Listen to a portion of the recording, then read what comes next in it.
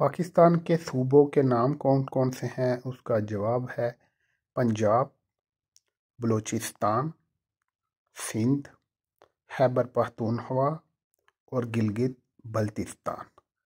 खैबर पख्तूनख्वा को पहले सरहद कहा जाता था, अब उसका नया नाम खैबर पख्तूनख्वा है। पाकिस्तान के 5 सूबे हैं जो आपको इनके नाम भी हमने बता दिए हैं। अब आप ये बात अपने तक और अपनी आने वाली नस्लों को भी बताएं, अपने बच्चों को भी बताएं कि पाकिस्तान के 5 सूबे हैं। गिलगित बल्तिस्तान के खिलाफ कुछ लोग मुहिम भी करते हैं। हम उनको ये बताना चाहते हैं कि ये पाकिस्तान का सूबा है और इंशाल्लाह पाकिस्तान में रहेगा। हमने ये मालूमात आप तक पहुंचाना चाहिए। अब आपके ऊपर है कि आप इसको दूसरों तक पहुंचाएं। जज़ाकल्लाह।